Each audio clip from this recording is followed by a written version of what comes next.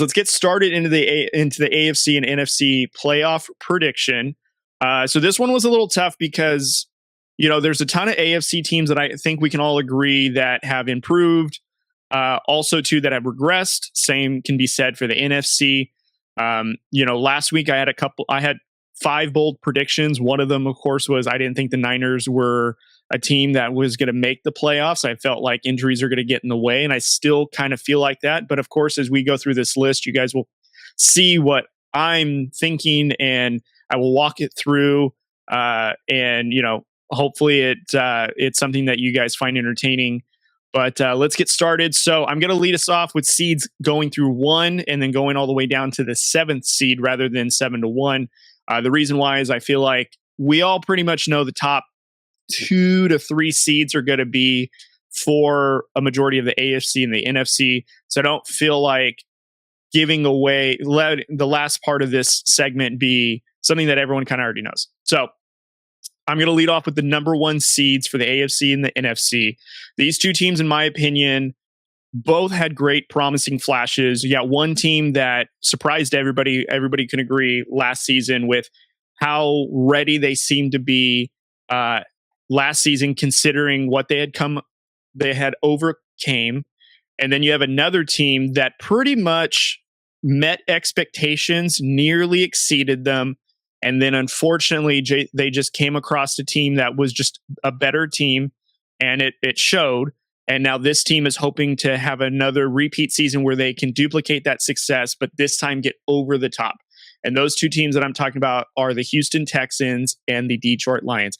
I think, and I said this last week in one of my bold predictions, is I believe that the AFC's number 1 team will be the Houston Texans. You have CJ Stroud, who is coming into a second year with a better offensive weapon set that he had last season. You have Tank Dell, Nico Collins, Dalton Schultz, who now that they have another season within this offense, gelling together with a head coach like DeMeco Ryans, I think is going to have huge leaps in terms of offensive output and how dangerous they are. You add a player like Stephon Diggs, who right now could still be a number 1 option on literally any of the NFL teams outside of the Bills, because they wanted to let him go.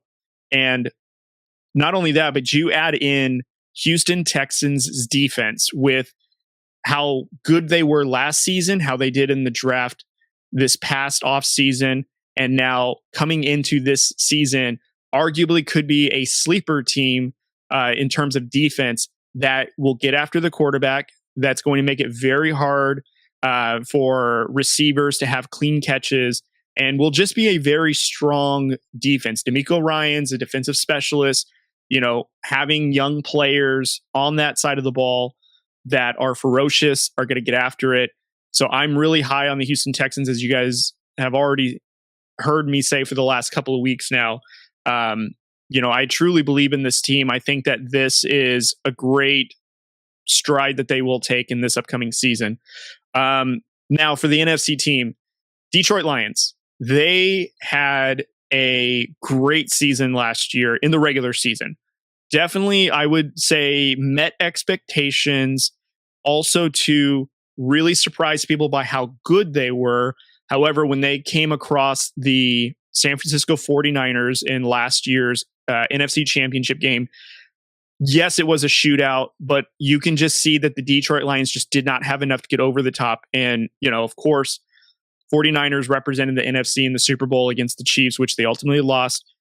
But I think the Detroit Lions are poised to have another good run. And I think now that they've had a taste of that success with Jared Goff, now you have Jamar Gibbs, the second-year running back. Usually second-year running backs have very good and promising sophomore seasons to where they kind of now get up to game speed, and now we can really see that talent explode.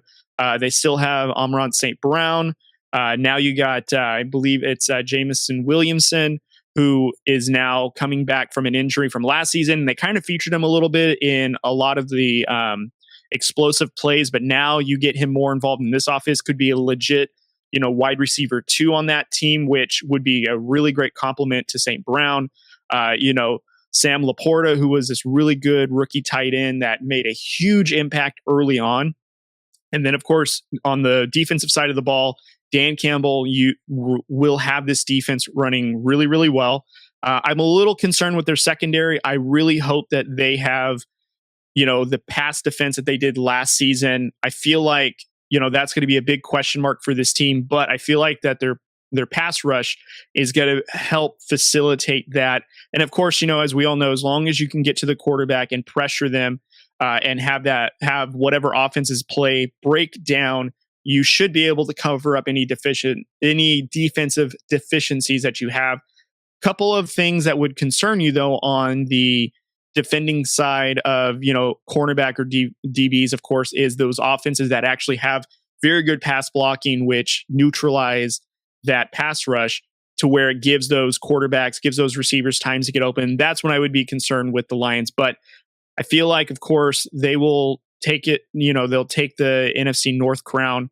And there's some other teams that we'll talk about too in the addition of that. But for leading off on this segment, number 1 seed, I have Houston Texans and the Detroit Lions.